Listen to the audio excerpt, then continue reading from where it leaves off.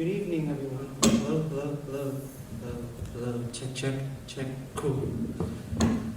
I'll be presenting a silent film of Shakespeare King Lear from the 1910 play that I scored music to using electronic and orchestral instruments.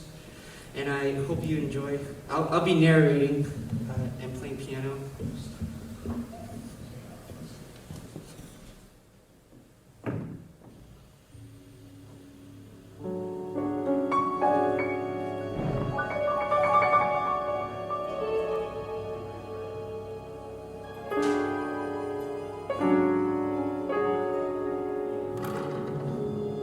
King Lear makes the division of his kingdom between Goneril and Regan to the detriment of Cordelia, his third daughter, whose unexaggerated profession of love for him arouses his displeasure. Oh look, it's King Lear, King Britain. Doesn't he kind of look like a discount Gandalf? Old white man with a beard and a stick. Look, he even waddles the same way. And then there's his three daughters. Wait, Gandalf has kids? Anyways, they're gonna simp for him in order to get the biggest chunk of the kingdom once he steps down. There's Goneril, who's like, oh my god, I love you so much, Padre. Like, you can't even believe it. And King Lear's like, come, fetch me that man. Look at all that stuff. It's yours forever. And she's like, oh my god, thank you.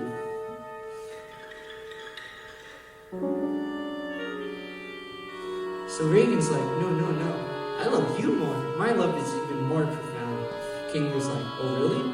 Fine, here's the other good in my kingdom. It's just as big as Goneril's.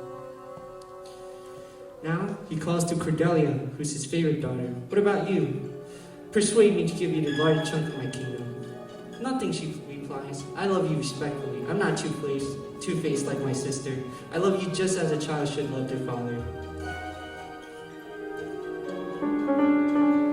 King Lear starts losing his mind.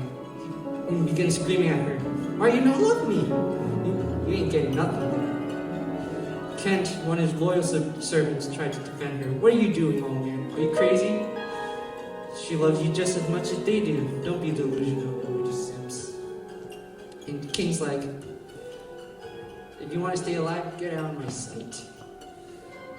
Then King of France comes to Cordelia's defense too, saying that even if she inherits nothing, he will still marry her because of her virtues as an honest and true person. He's like, okay, now you're the simp. I don't mind. She ain't getting nothing from me. King of France is like, now you're even more valuable, now that you're rejected and more loved than you are hated. Come with me and be the Queen of France. King Lear responded with, okay, fine, take her. She's no longer my daughter. I will give the rest of my kingdom to Goneril and Regan. Look at those sisters, laughing like banshees. They kind of remind me of the stepsisters from Cinderella. Goneril shamelessly drives King Lear from her home, so he leaves to seek refuge with Regan and his second daughter. Goneril waddles in, like father, like daughter. Tells her servant, he's getting out of control. Him and his knights are being hooligans. I don't like it. I don't want to speak to him. I don't want to say. And she leaves.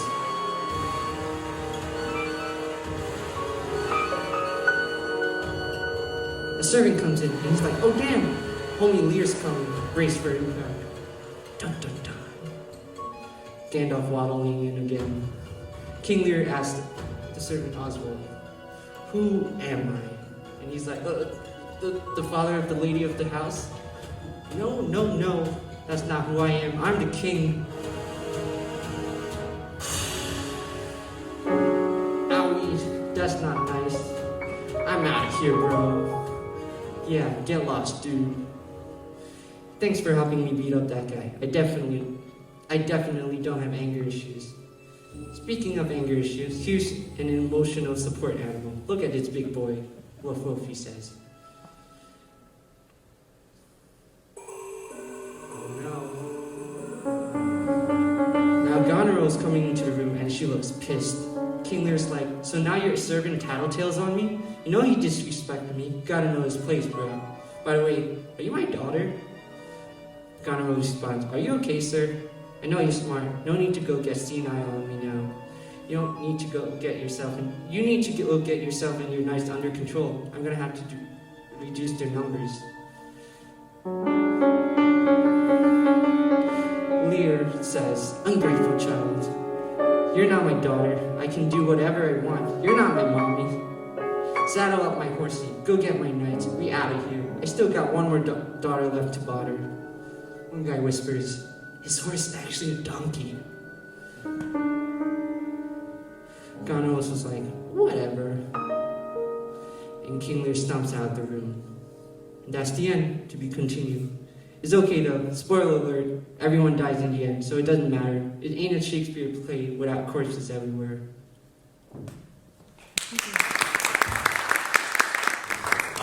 My name's Francesco, and this is Osmium. This was an attempt for me to sort of get really into my classic heavy metal roots, because I've been neglecting them for a pretty long time in my life, and I've been really trying to get it back into what I work in, because that's what really inspired me to get into music in the first place. I feel like this is a good representation of just a little bit of how it makes me feel.